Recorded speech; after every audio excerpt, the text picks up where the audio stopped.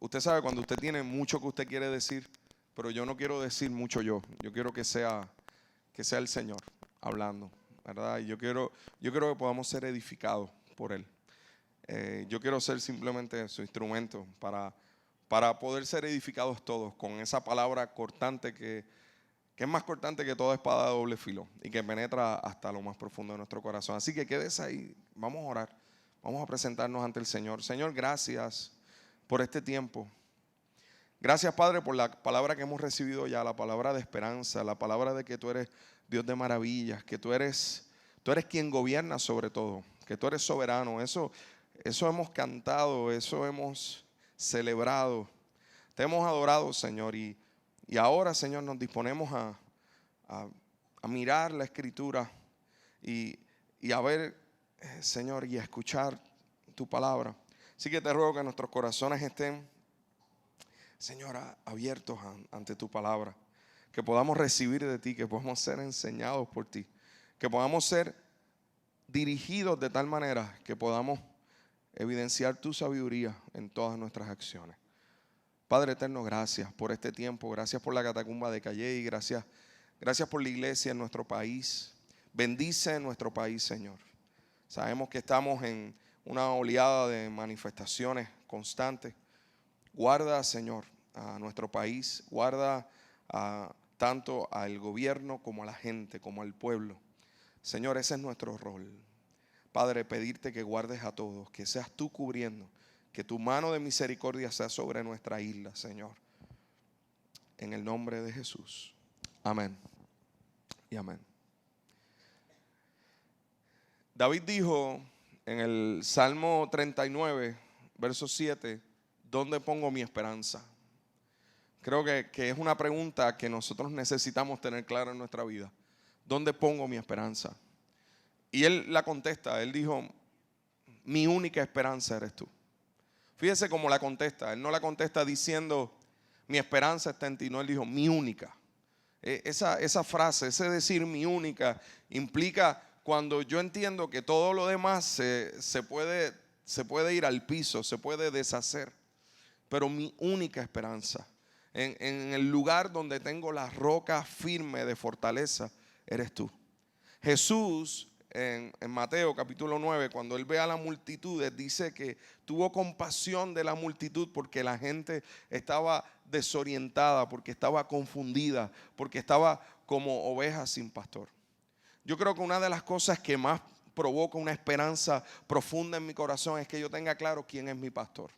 Y no me refiero a pastor de nosotros, del cuerpo de ancianos. Me refiero a cómo nosotros entendemos claramente en nuestra vida que Dios nos pastorea, que somos ovejas de su redil, que somos ovejas de su rebaño, que el Señor realmente es el buen pastor que da su vida por las ovejas. Yo creo que eso nos pone en una clara certeza de cómo nosotros proyectarnos en los momentos de crisis.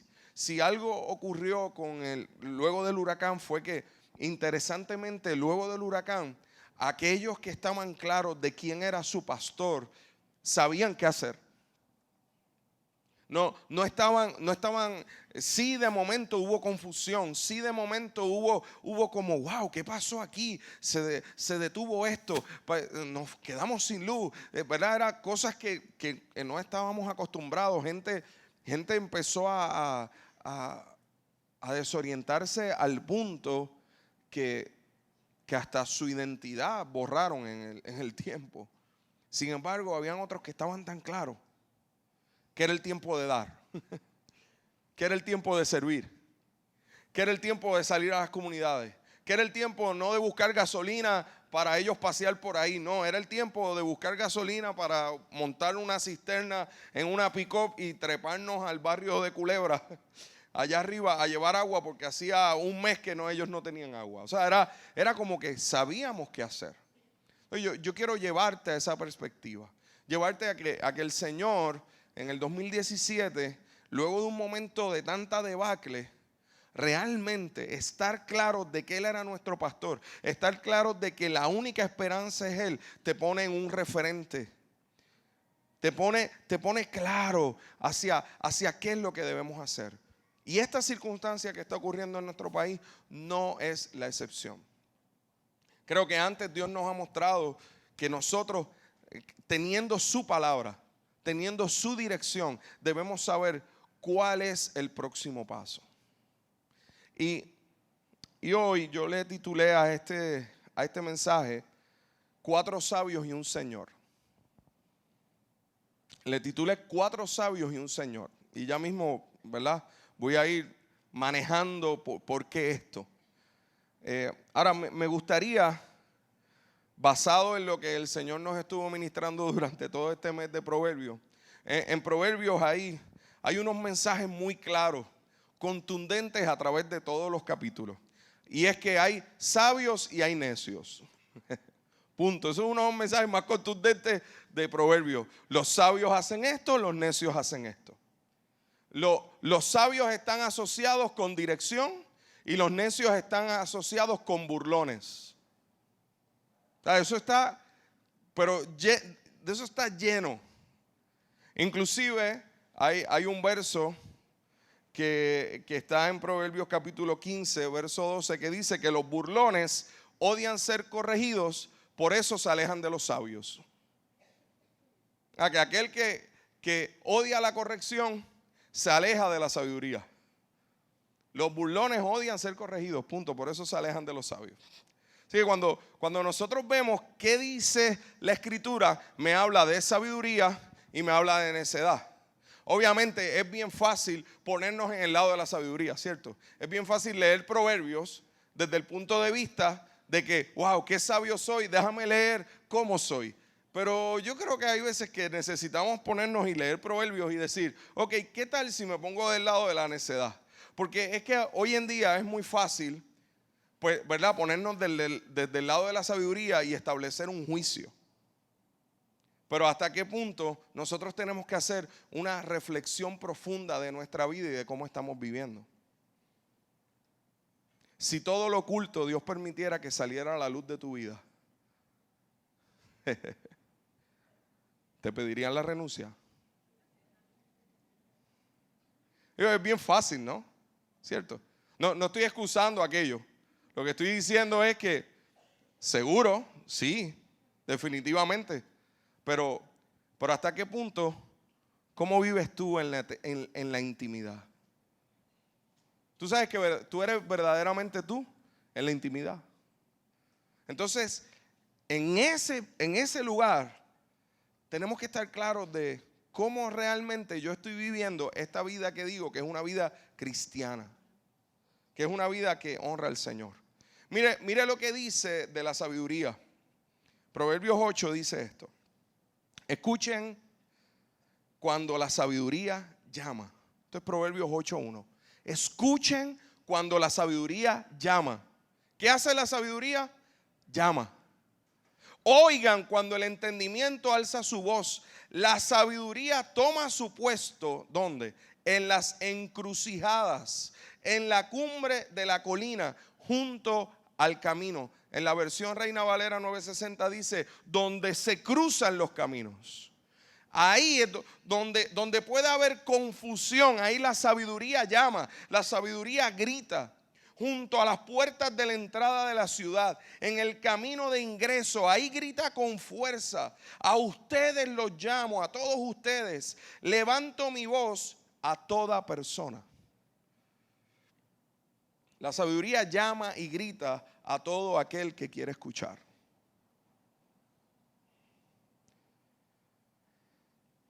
Ustedes, ingenuos, usen el buen juicio. Ustedes, necios, muestren un poco de entendimiento. Escúchenme, está gritando. Fíjese, esto lo grita la sabiduría. Escúchenme, tengo tantas cosas importantes que decirles.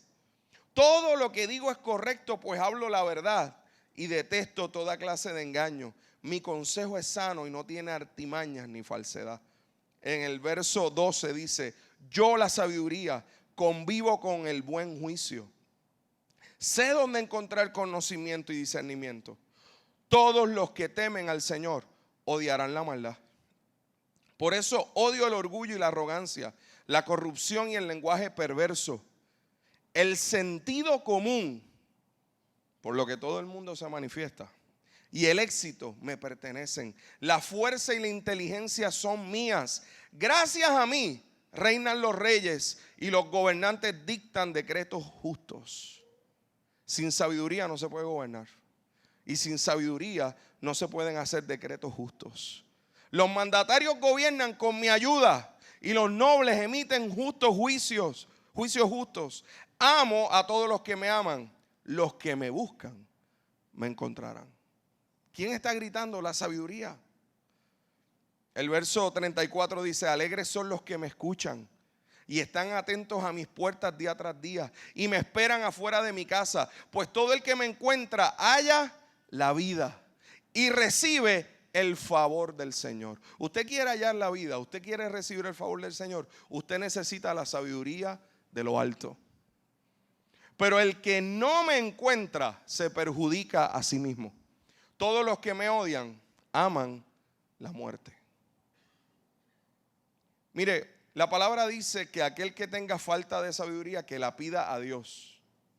Este es un tiempo donde la iglesia necesita vivir dentro de un punto de vista de sabiduría. Necesitamos ser sabios. No podemos ser ingenuos ante lo que está ocurriendo. No podemos dar la espalda ante lo que está ocurriendo. Pero tampoco podemos movernos en una acción sin dirección. Y para eso necesitamos sabiduría. Así como el Señor nos dio sabiduría en medio del proceso del huracán, sobre qué hacer, cómo hacerlo, cómo manejarlo. Así como el Señor nos dio sabiduría para administrar, así como el Señor nos dio sabiduría para bendecir, este tiempo requiere más sabiduría que nunca. No podemos caer ni en el juego ni de la burla. No podemos caer en el juego de la necedad. No podemos caer en el juego del juicio. Tenemos que evidenciar la sabiduría de Dios. Dios nos está llamando a ser sabios. Y por eso le puse el título de 4 sabios y un Señor. Porque quiero solamente hacerte la historia. Aunque me gustaría retarte. Retarte. Dile al que está al lado tuyo, el pastor nos va a retar ahora. Nos va a retar algo. Quiero retarte a que te sientes en tu casa. A que tomes un tiempo y busques el libro del profeta Daniel. Y te sientes con ese libro de Daniel. Porque si alguien nos enseña de sabiduría, es Daniel. Que sobrevivió a 3 cambios de administración. Totalmente diferentes cada una. Desde los más sanguinarios hasta los más poderosos. Y todos subían y caían y Daniel permanecía ahí. Siendo voz profética de sabiduría. Necesitamos en la iglesia de Puerto Rico voz profética de sabiduría. La iglesia no se mezcla con el gobierno. La iglesia es voz profética para el gobierno. No quiere decir que Dios no llame gente de la iglesia para bendecir al gobierno. Seguro que sí. Pero nunca la iglesia se mezcla con eso. La iglesia es voz de Dios. La iglesia es voz profética. Y mire, la escritura, hoy solamente le voy a hablar de los primeros 3 capítulos. Pero estos capítulos comienzan con un momento difícil. Un momento complicado, un momento de cautiverio, un momento donde fueron llevados a Babilonia. Y allí llegan estos 4 sabios. Son 4 jóvenes sabios. Llega Daniel, llega Sadrac, llega Mesac y llega Abednego. ¿Verdad? Que esos son los nombres. A Daniel le pusieron Belsasar, ¿verdad? Pero entonces llegan ellos y lo primero que ocurre, quiero darte características de los sabios, porque a veces hablamos de sabiduría, pero ¿cómo hablamos eso en Arroyo de Habichuelas? ¿Cuáles son las características que debe tener un sabio? ¿Cuáles son los frutos que da aquel que vive en sabiduría? Pues quiero darte esas características hoy. Mire, lo primero que ocurrió fue que Daniel y sus amigos tuvieron que establecer sus convicciones, pero establecieron sus convicciones con prudencia y respeto. Esa es la primera característica que te quiero dar. Establecieron sus convicciones, pero no imponiéndolas, sino con prudencia y respeto. Cuando vinieron y le dijeron, bueno, aquí está la comida que el rey manda, ¿verdad? Los llevaron cautivos, los escogieron, eran jóvenes que eran sabios, que sobresalían. Esta gente era de lo mejor del pueblo de Israel. Llegan a Babilonia, llegan a vivir a palacio y le dicen, esta es la comida del rey, este es el vino que el rey ha separado para ustedes. Y Daniel y sus amigos, con mucha convicción, con mucha firmeza, pero con mucho respeto, dijeron, mire, ¿sabe algo? Nosotros no queremos participar de esa comida. Nosotros preferimos comer lo que nosotros entendemos que es lo correcto para nosotros, nuestro alimento. Y el siervo de Nabucodonosor le dice, pero es que si ustedes no comen esto, a mí me van a linchar. Y él le dice, vamos a hacer algo. Mire el respeto.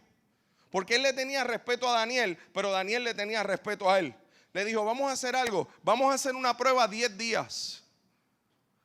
Déjenos a nosotros comer y que los demás coman eso mismo, lo que le da el rey. Déjenos comer lo nuestro. Déjenos comer nuestro propio alimento. A los 10 días, si ellos están mejores que nosotros comemos lo mismo del rey. Fíjese la propuesta. Fue una propuesta de respeto. Vamos a establecer una evidencia. Si nuestras convicciones no nos dejan mejor, nos movemos contigo. A los 10 días, ¿qué ocurrió? El rostro de Daniel y sus amigos estaba mejor que los otros. Se acabó el asunto. Ellos mostraron su convicción. Ahora la mostraron con respeto. Alguien sabio en este tiempo establece parámetros de vida. No impone, sino que establece su convicción. Es obvio que nosotros como ministerio hemos establecido una convicción, pero la hacemos con respeto. Y gloria a Dios por eso, porque alguien sabio lo maneja de esa forma. No es que demonizamos lo otro, sino que establecemos nuestra convicción. Segundo, alguien sabio toma decisiones con un buen enfoque. La evidencia al cabo de los 10 días mostró que el estar enfocados claramente en esa convicción trae un fruto verdadero. ¿Cuál es nuestro enfoque de este tiempo? Ser voz de Dios, ser esperanza para el afligido, para el gobernante, para el menesteroso, para el rico, para el pobre, para el de clase media. Vivir la sabiduría de Dios mostrando la esperanza gloriosa de Cristo. Punto. Y eso lo que ocurre es que incluye todo, ¿verdad? Porque es la única esperanza. Él es el camino, Él es la verdad, Él es la vida. Somos los testigos fieles que mostramos la gracia de Dios en todo tiempo. Y eso no se nos puede olvidar. Sobre todas las cosas, el Señor nos llama a ser testigos ¿de quién? De Él. De su gloria, de su resurrección, de su vida. Ese tiene que ser, esa es la carta de presentación de un sabio y entendido que ha recibido la sabiduría del Padre. Mire, luego ellos se enfrentan a una situación bien complicada. Porque el libro de Daniel es un libro de aventuras, hermano. Un libro de aventuras. De momento, Nabucodonosor tiene un sueño. Y en ese sueño, el problema era que él lo que se acordaba era del terror que le había dado el sueño. Eso era lo único que se acordaba. Él se acordaba que cuando él se levantó, él estaba asustado y estaba lleno de terror. Pero no se acordaba ni papa del sueño. Nada. Pero él sabía que había soñado algo que era importante y que le daba terror. Y empezó a buscar a todo el mundo, a los astrólogos, a medio mundo, a que le dijeran. Y ellos venían y le decían: Señor, con mucho gusto le daremos la interpretación, pero díganos el sueño. Le decía: esa es la cosa, que ustedes son los que me tienen que decir cuál es el sueño, porque yo no me acuerdo. ¿Usted puede entender eso? Y Nabucodonosor, que no tenía nada de poder, más que nada era el rey más poderoso, el imperio más grande, ¿verdad?, que había sobre la tierra, se enojó tanto que dijo: pues los voy a matar a todos porque ninguno sirve. Ninguno sirve. Y hizo un edicto. Todos los astrólogos, todos los que daban sueños, todos muertos. Y vinieron a donde Daniel, ¿verdad? Todos los sabios, el edicto fue que todos los sabios fueran muertos. Si el que gobierna quiere matar a los sabios, está en problema. Todos muertos. Y llegaron donde Daniel, y llegaron donde sus panas, y estaban allí. Y Daniel le dijo: para, ¿qué pasó? No, que los vamos a matar. Pero ¿por qué me van a matar? Porque tú estás dentro de la lista, tú estás en la lista aquí está, la lista de muerte. Pero déjeme ir a hablar con él, a ver qué es lo que pasa. Va donde Nabucodonosor, le dice: dígame qué es lo que pasó. Le dice lo mismo que a los otros, y él le dice esto. Fíjese, interesantemente, no fue que vino del cielo ahí el sueño, no. Él le dijo: deme un break. Deme un espacio de tiempo. Y yo le voy a orar a Dios para que me revele. ¿Y sabe qué hizo? Lo que hacen los sabios. Fue a donde sus amigos y le dijo: vamos a hacer nuestro culto de oración. Vamos a orar, porque los sabios en medio de crisis se detienen a orar. Y se detienen a orar juntos. Y se fueron juntos a orar. Y juntos a clamar ante el Señor. Y allí juntos, ¿sabe qué ocurrió? El Señor les reveló lo que pasaba. Porque cuando el pueblo ora, cuando el sabio se va ante la presencia de Dios, Dios revela. Orar juntos implica un poder sobrenatural. Jesús lo dijo: donde estén dos o más reunidos en mi nombre, allí yo voy a estar. Hermanos, los sabios no son prontos para hablar. Los sabios son prudentes, porque primero van a buscar en la fuente de sabiduría. ¿Y qué dice la Escritura? Oraron juntos, esa oración provocó una revelación. Y viene lo próximo que pasa, que este verso a mí es uno de los versos que más me impactó de este estudio que hice, que le reconozco que lo hice porque dije: necesito yo, Señor, saber. Dame tu dirección. Cuando Daniel recibe la revelación de Dios, va donde Nabu, ya era pana. Y yo me imagino que decirle el nombre completo era como que Nabucodonosor. Nabu, vamos a cuadrar tú y yo. Llega donde Nabu y le dice: el Señor me reveló, nos reveló esto. Pero mire la frase que utilizan los sabios. Ponme ese verso ahí. Daniel 2:30. Mire lo que dice Daniel. Mira al rey y le dice: y no es porque yo sea más sabio que los demás, que conozco el secreto de su sueño, sino porque Dios quiere que su majestad entienda lo que estaba en su corazón cuando soñó. Antes de darle la revelación, Daniel le dice: yo no te estoy dando esta revelación para mi gloria. No es porque yo sea el más sabio. Y esa es la cuarta característica que tiene un sabio. No busca su gloria. ¿Le da la gloria a quién? A él. No es que, yo tengo la revelación. Ahora, no necesitamos ahora gente que venga a decir que tiene la revelación. Necesitamos gente que venga y diga, Dios tiene la revelación. Y es su gloria. No necesitamos protagonismo de nadie. El protagonista es Cristo. Es su gloria. Y él dijo, no es por mí. Esto no es porque yo tengo la sabiduría. Un sabio reconoce de dónde proviene la sabiduría. Y en esa revelación hay agradecimiento. Hay una actitud de certeza en lo que Dios nos muestra. Él da sabiduría.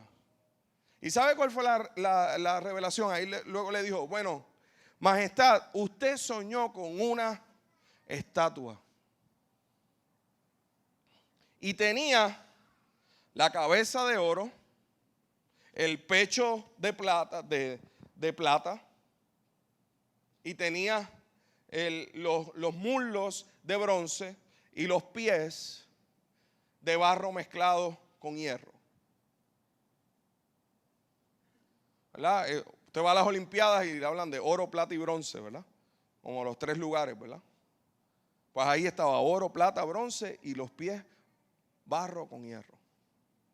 Y el significado era que le decía que la cabeza de oro representaba a Babilonia. Ahora, en el sueño ocurría algo, que era lo que aterró al rey. Y es que salía una roca.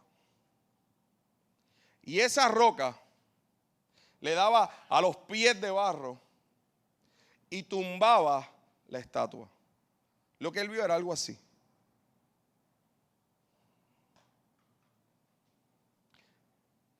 Los 4 diferentes, oro, plata, bronce, barro con metal, lo que representaba eran los reinos de la tierra. Obviamente no me voy a meter a todo el proceso ni toda la cosa, eso sería estar un buen rato. Yo quiero ir directo a algo, a la roca. Yo quiero ir a la roca porque ese sueño lo que revelaba era que no importando cuáles fueran los reinos que hubieran ahí, iba a venir una roca que iba a tumbar todo eso y que iba a tomar el total dominio sobre todo. Y que sería una roca que sería para siempre eterno. No importa cuántos reinos se levanten sobre esta humanidad. No importa cuántos siglos pasen. La roca que es Cristo reinará sobre todos. Por siempre y para siempre. Ante Él toda rodilla se doblará. Usted no pierda de vista que esa es la esperanza que la gente necesita. Y eso fue lo que aterró a Nabucodonosor. Esa roca que vino y dominó todo. Ahora, ¿sabe algo? El gran Nabu, al otro día, como obviamente dijo, eso es cierto, puso a Daniel en lugares de autoridad. Y Daniel, con ese corazón humilde que reconoce de quién es la gloria, entendiendo que el reino de Dios es sobre todo reino, decide poner a Sadrach, Mesach y Abednego también en lugares de autoridad junto con él. Pero Nabu tenía en su cabeza la imagen. Y la imagen la cabeza era de oro y le habían dicho que representaba a él. Y él fue, ¿y qué hizo? Mandó a hacer una estatua de oro. ¿De quién? De él. No, iba a ser de Daniel. La hizo de él. De 27 pies de alto. Y pasó un edicto. Es que esto es aventura todo el tiempo. Pasa un edicto, porque a él le encantaba hacer órdenes ejecutivas de esas.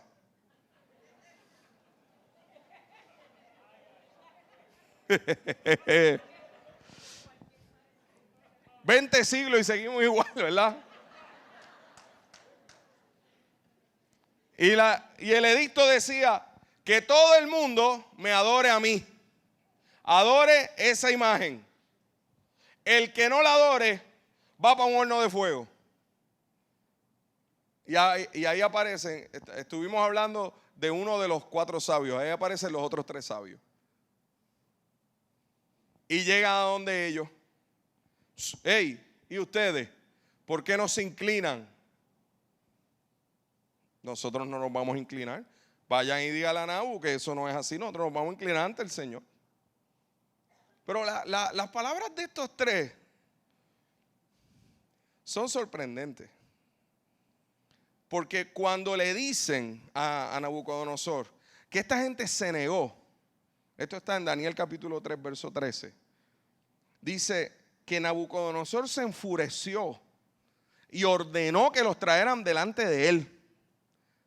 Y cuando los trajeron, él les pregunta, ¿es cierto que ustedes se rehúsan a servir a mis dioses y a rendir culto a la estatua de oro que he levantado?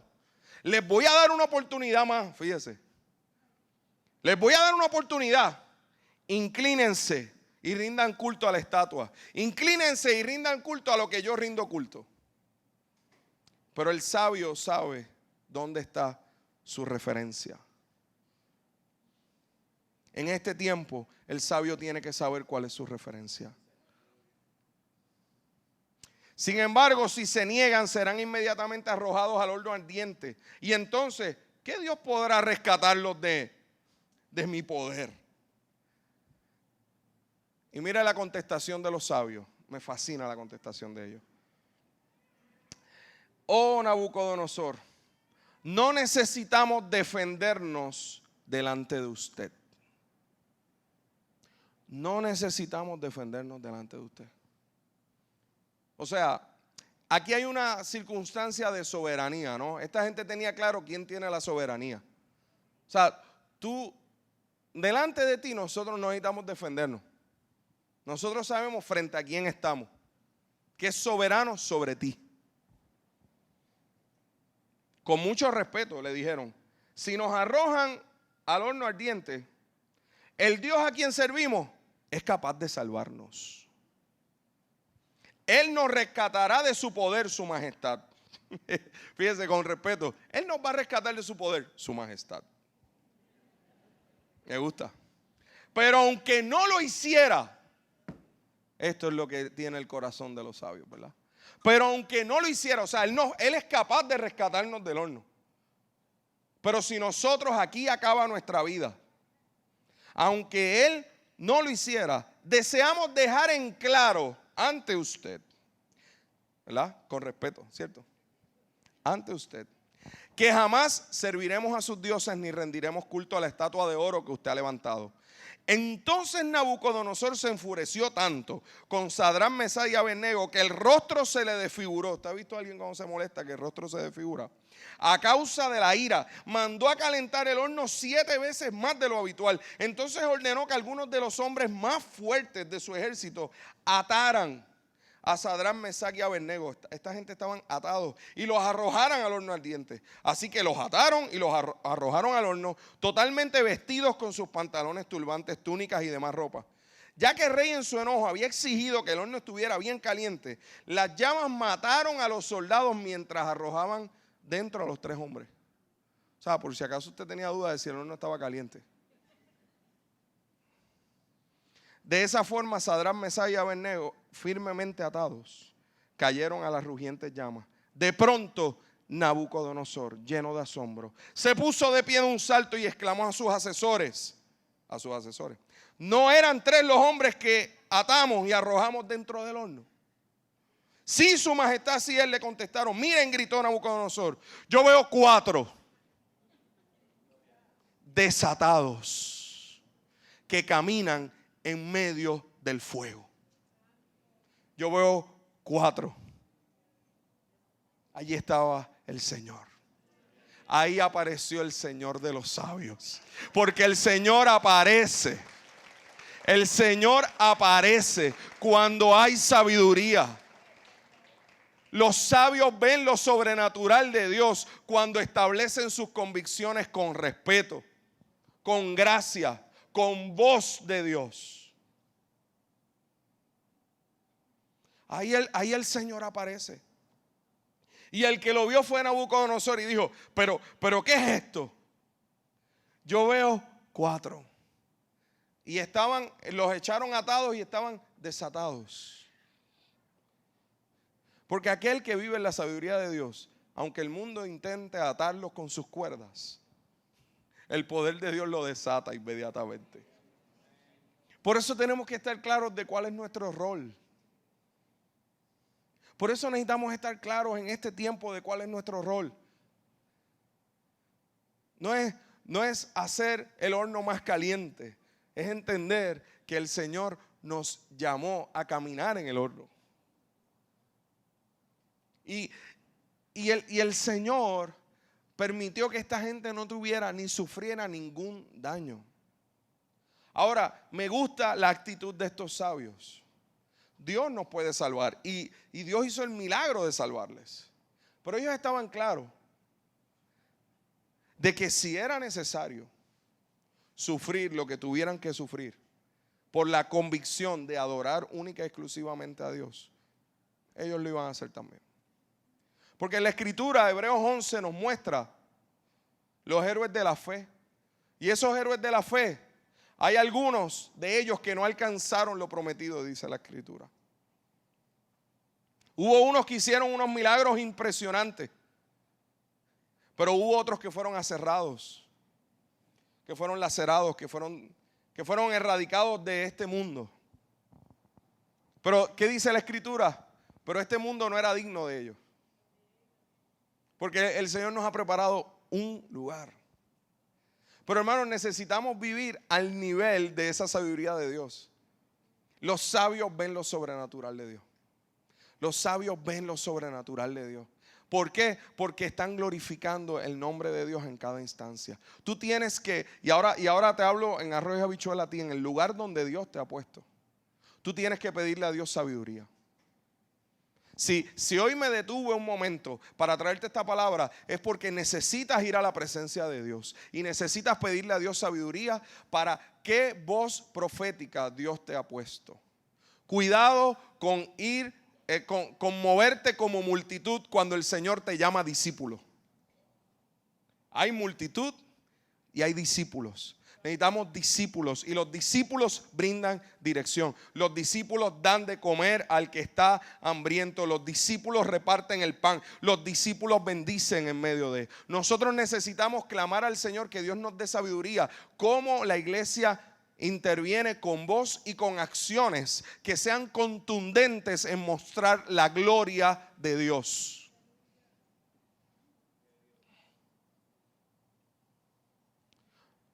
No puede ser algo mezclado, necesita ser la roca. Y esa roca, hermano, es lo que hace falta en nuestro país, en todas las instancias. No cojamos bandos, aunque haya momentos donde puedan haber circunstancias en las cuales coincidimos. Seguro que sí, y gloria a Dios, que hay momentos en los cuales vamos a coincidir. Pero hoy en día usted está viendo que los que antes eran amigos ahora se tiran, ¿cierto? Los que antes regalaban taquillas para ir a conciertos y ahora esos mismos les protestan. Entonces, si usted está mezclado entre medio de eso, usted sabe dónde usted queda, en la vorágine de revolú. Pero si usted queda como sabio, estableciendo lo que el Señor nos llamó a hacer, justicia, sembrar paz con justicia, ser pacificadores, mostrar la bienaventuranza del Señor, ver donde sigue habiendo necesidad. Ahora mismo hay mucha gente que está sin paz. Necesitamos mostrar la paz de Dios. Ahora mismo hay mucha gente que está desesperada. Ay, Dios mío, ¿qué va a ocurrir esto? Necesitamos ser sabios. Ve a la presencia de Dios. Dile, Señor, mire, yo me gocé tanto porque en ese devocional me gozaba porque eran, mire, esas dos jóvenes, 17 años tiene Adriana y 15 tiene Angeli, 15, 16 ya. Ay, Dios mío, Señor. Tiene 16, 17 años.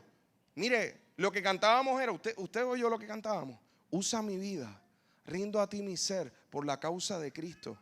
Este tiempo es el que necesita la iglesia, no la institución ser voz. Necesita ser voz. necesitas ser luz. Jesús dijo, yo soy la luz del mundo, pero dijo, vosotros sois la luz, vosotros sois la sal. Necesitamos ser gente que en este tiempo nos levantemos con palabras de sabiduría.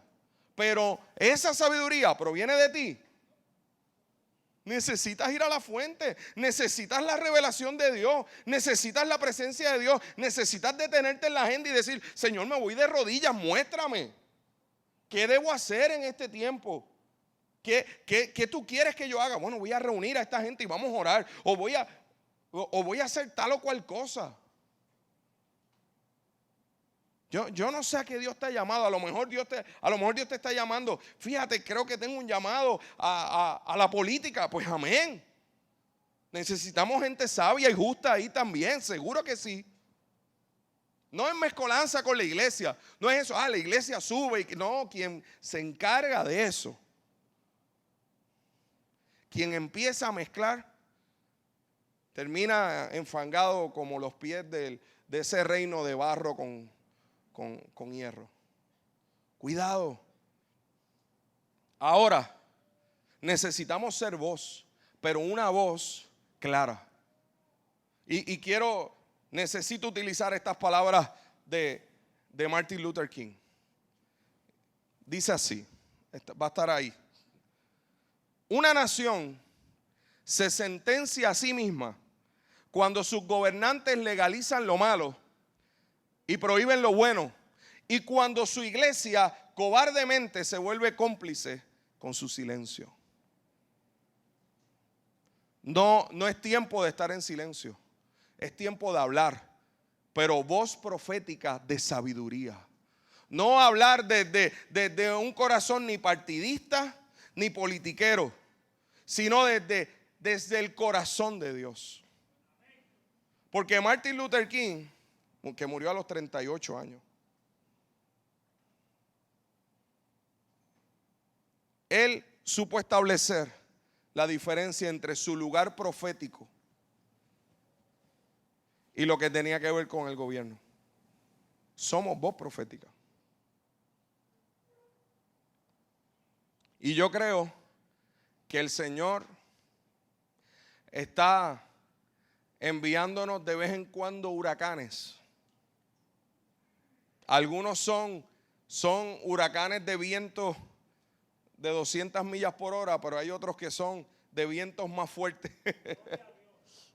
que son huracanes emocionales y huracanes espirituales, que de la única manera que nosotros los vamos a poder manejar es con sabiduría eterna. No es con información y conocimiento. No es cuanto más yo sepa de los chats o de lo que leí o de cuánto internet me metí o de cuánta especulación hay y yo busque. No. Necesitamos presencia de Dios. Necesitamos vida de Dios, necesitamos sabiduría de Dios. Necesitamos clamar, Señor, danos sabiduría. Mire, y solamente le hice un resumen de los primeros 3 capítulos. Esa aventura sigue. Les reto. Aquí hay una aventura sorprendente, porque más adelante Daniel le mandan un edicto de que nadie puede orar, y allí Daniel, me fascina, Daniel dijo, que no se puede orar, que no se puede orar, que el que ore muerto. Ok, fue a su casa, abrió las ventanas y se arrodilló y empezó a orar.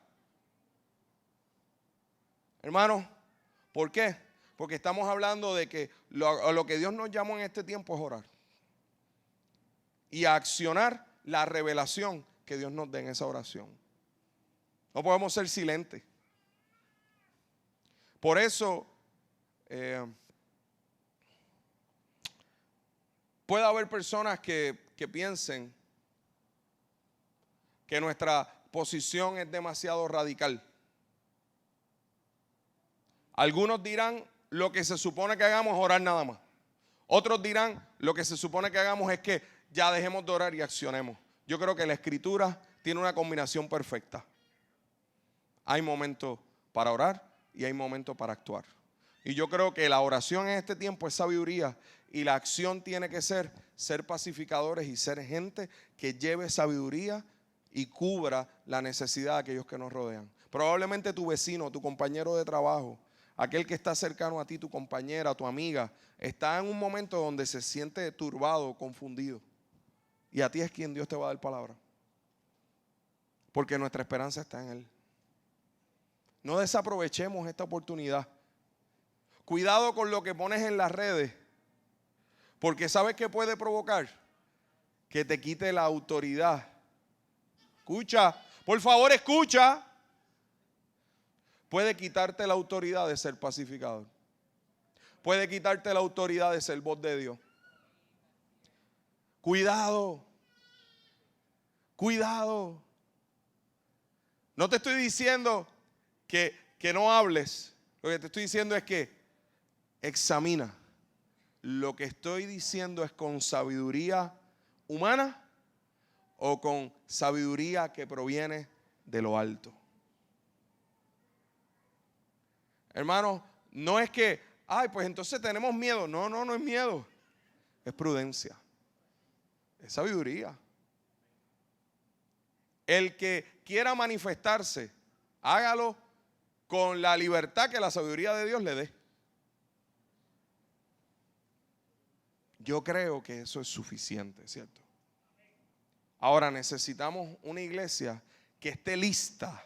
Escucha, y con esto voy cerrando. Sé que me pasé, ya está en rojo los números. Pero pues hacía tiempo no predicaba.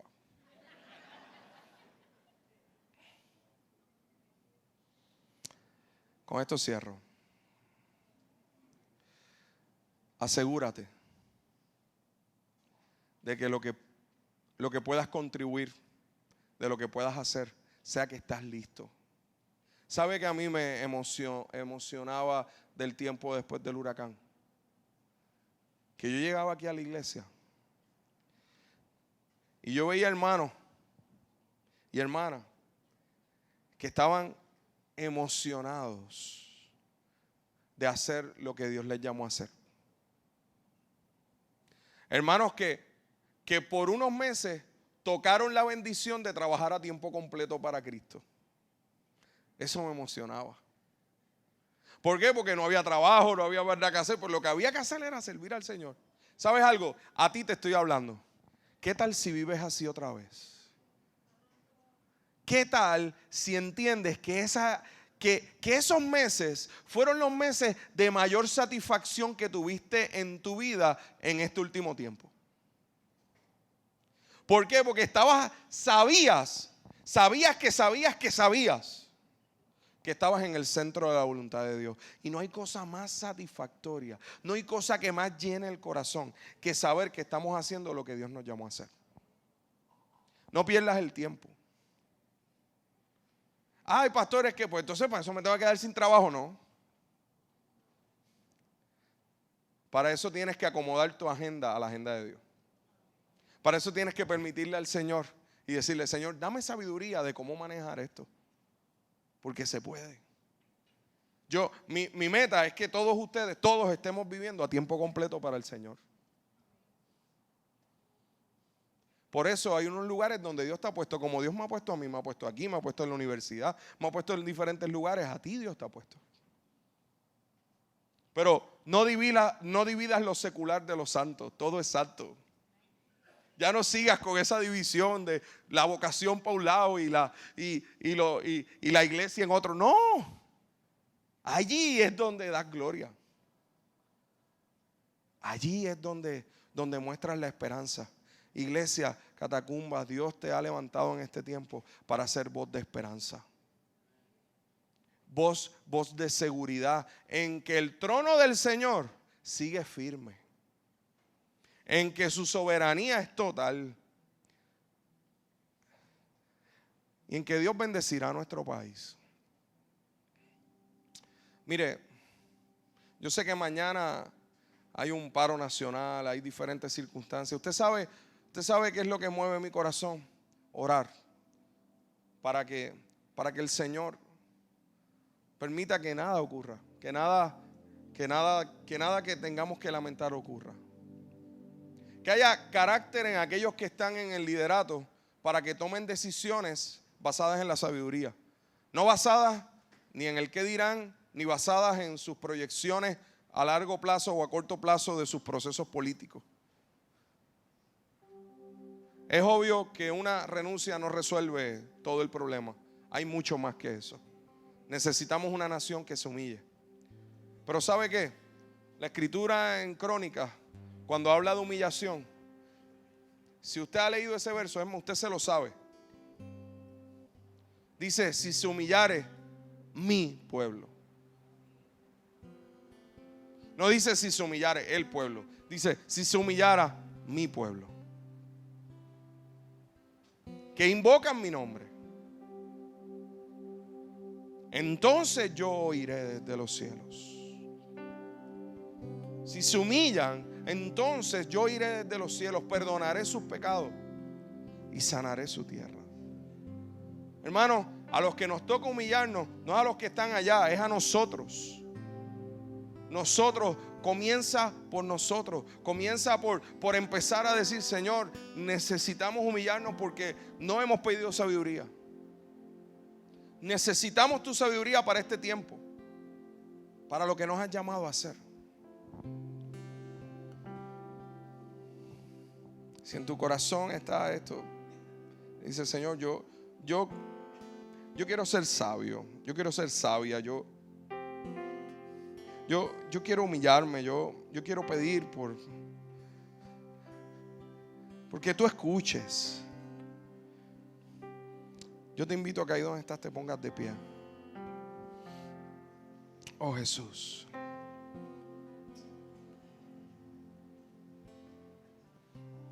Oh Padre eterno.